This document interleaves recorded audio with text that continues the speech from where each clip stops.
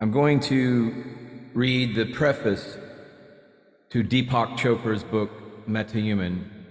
And before I commence with that reading, I have two bits of scripture that I'd like to share to start this off.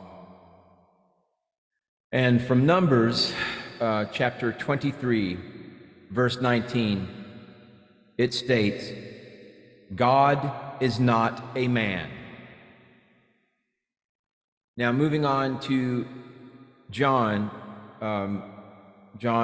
chapter 1, verse 5,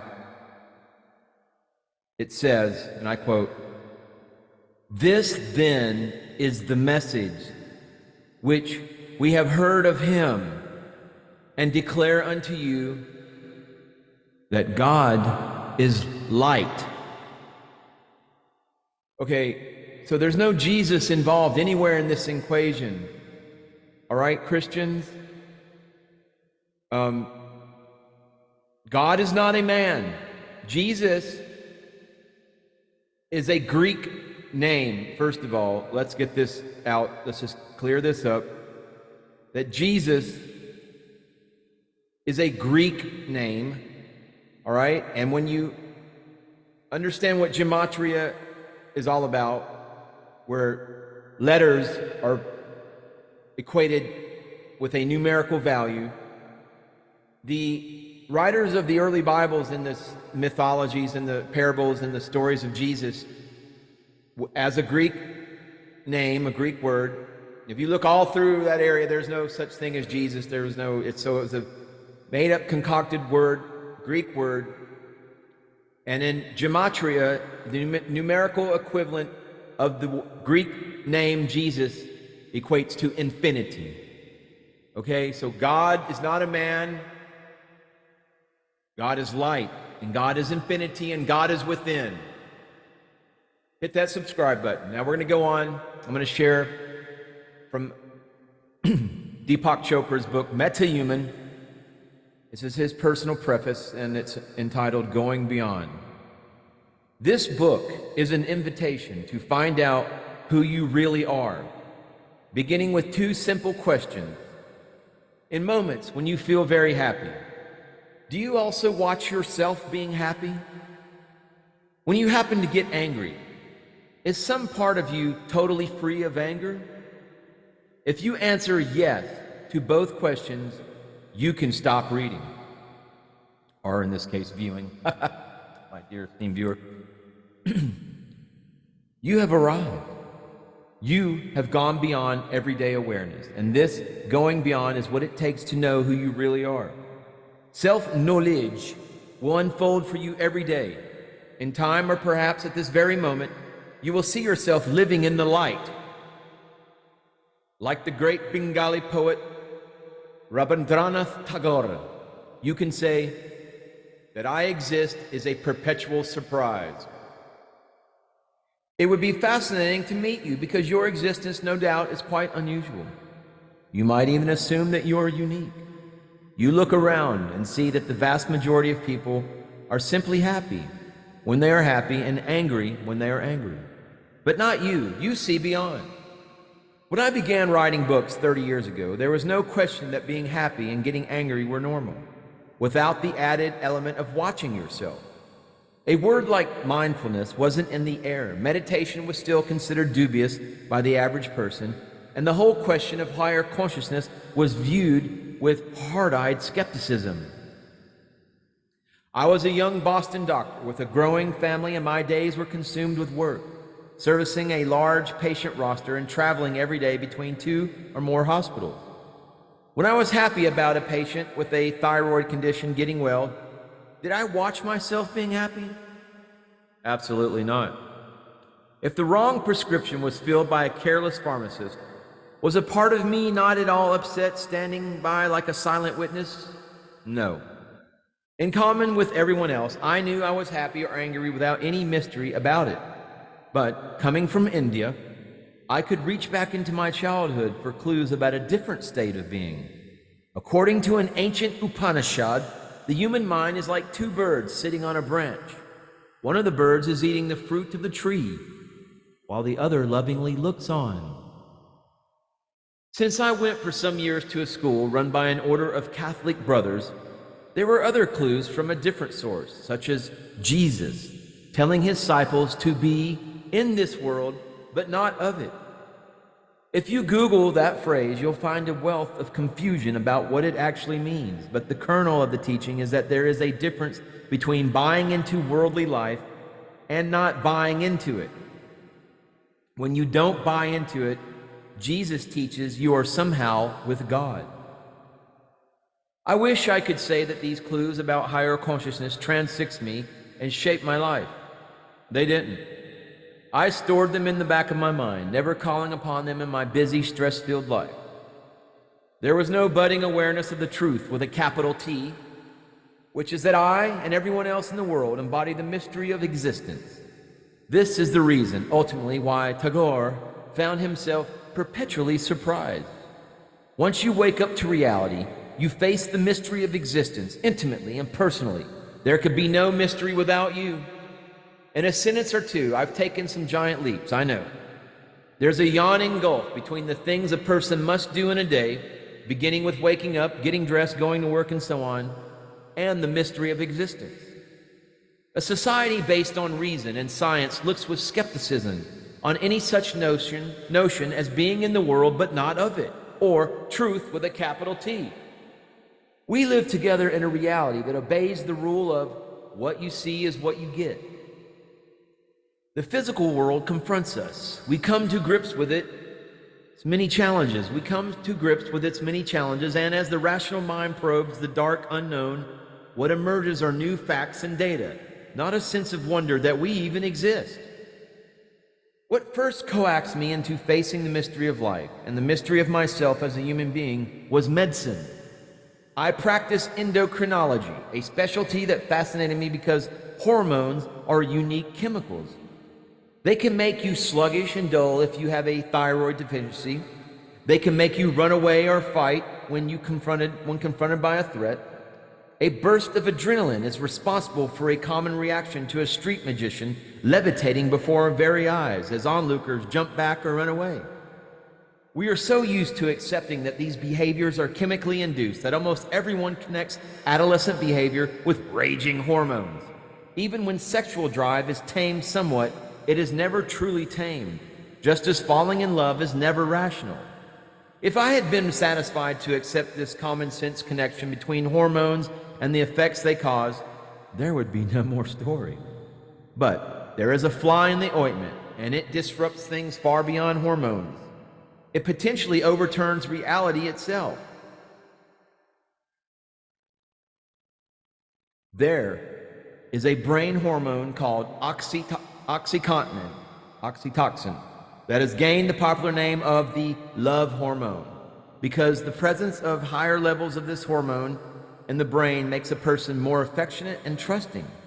But this one molecule secreted by the pituitary gland is much more complex than that. Higher levels are secreted in the mother during birth and breastfeeding, promoting a close bond with the baby. If you pet your dog for a while, oxytocin goes up in both you and your dog. Oxytocin makes people love their national flag more, while being indifferent to the flags of other countries. During sexual activity, oxytocin rises in women, making them bond with their sexual partners emotionally, but the effect doesn't seem to happen in men. Something strange must be going on, and yet these complex findings don't shake the faith of most endocrinologists. I was different. What bothered me was that oxytocin doesn't actually do anything it is credited with doing unless the mind goes along with it. A woman won't have more affection for a sexual partner if she is coerced, frightened, angry, or simply distracted by something more important. Your oxytocin won't go up if you pet a dog you dislike. You won't love your country's flag if you're forced to salute it by an authoritarian regime. I came to see the explosive effect of the mind-body connection. It was as if we are two creatures, one a robot that can be programmed by chemicals, the other a free agent who thinks, considers, and decides. These two creatures are seemingly incompatible. They have no right to exist together, and yet they do. as reflected in the setup of our nervous system. One part operates automatically, enabling life to go on without your thinking about it. You don't have to think to keep breathing or have your heart beat, but you can cautiously take control, and the voluntary nervous system allows you to alter your breathing and, even with a little practice, slow down your heart rate. Suddenly, we are on the verge of a mystery because something must decide whether to take action or not. That something cannot be the brain, because the brain is indifferent about whether it employs either side of the central nervous system. On the involuntary side, the brain increases your heart rate if you run a marathon, but it was you who decided to run the marathon in the first place. So, who is this you? That niggling question is what disrupts reality. At any given moment, you, that is the self, decide which nervous system to call upon. Therefore, you cannot be the creation of either one. When you see this simple fact, you are on the road to self-awareness. You can be happy and watch yourself being happy at the same time. You start to experience yourself completely without anger, even as you are displaying anger. The reason for this shift is simple. You have gone beyond the mechanical side of life.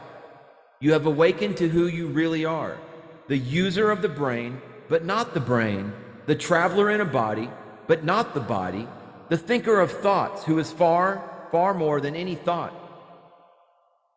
As I will show in the following pages, your true self is beyond time and space. When you identify with your true self, you have fulfilled the dictum to be in the world but not of it. The Greek word meta means beyond. So I'm using it to describe the reality that lies beyond. What you see is what you get. When you occupy meta-reality, you are metahuman. It fits and starts, everyone is already there. Meta-reality is the source of all creativity, because without going beyond the old and conventional, there would be no new thoughts, artworks, books, or scientific discoveries.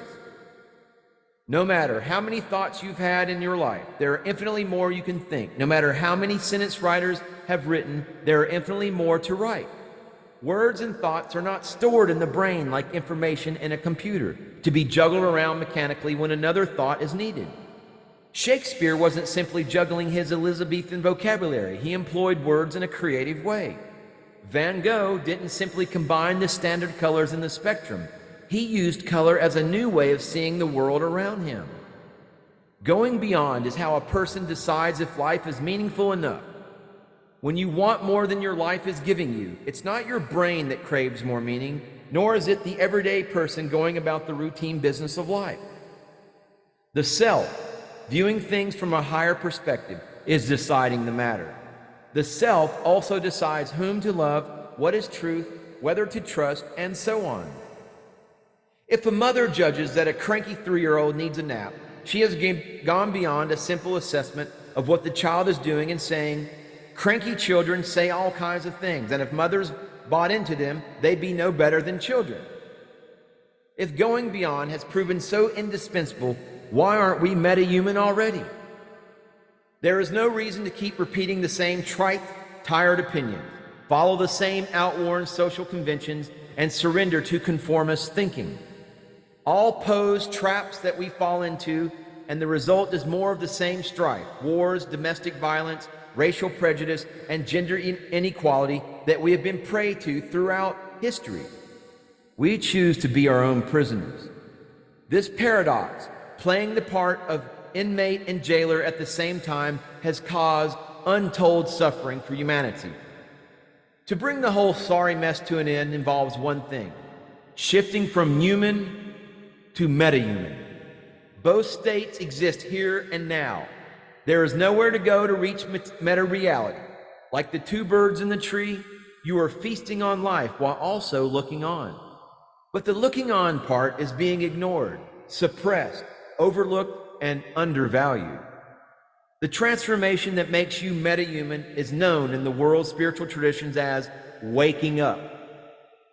Once someone rises to the state of metahuman, it seems as if the old everyday self was a sleepwalker, barely conscious of life's infinite possibilities. To be awake is to embrace full self-awareness. Lots of other metaphors come to mind. Metahuman is like tuning to the whole radio band instead of one narrow channel. It's like a string vibrating to a higher note. It's like seeing a world in a grain of sand. But like is a limiting word. The real thing is indescribable and must be experienced firsthand, just as sight is indescribable to someone born blind and yet revelatory if that person gains sight. Editors encourage writers to coax readers using a big promise of something new, fresh, and different. Waking up is as old as being human. It's impossible to promise something like waking up, which is indescribable in the first place. Looking back on my previous works, I feel that I was inhibited by how peculiar and mysterious it is to wake up. This time, however, I've taken a deep breath and gone for broke. I'm trusting that the reader isn't someone born blind to whom sight is completely unknowable. With a modicum of trust, we can all be shown that we are already metahuman and that meta-reality is here and now. I don't know who will be persuaded and who won't. In the end, the mystery of being human obeys only itself. But one thing I do have faith in. If in reading this book you connect with what it means to wake up, you will realize the truth in much less time than the 30 years I look back on. If in reading this book you connect with what it means to wake up, you will realize the truth in much less time than the 30 years I look back on. The faster that metahuman dawns in our lives, the better. So there you have it, folks. That's a personal preface from Mr. Deepak Chopra to his exciting book that I'm going to share. I'm going to read the entire book and share it here with you, my dear and esteemed viewer. Just hit that subscribe button and stay along and learn what it means to be metahuman. Namaste, namaskaram.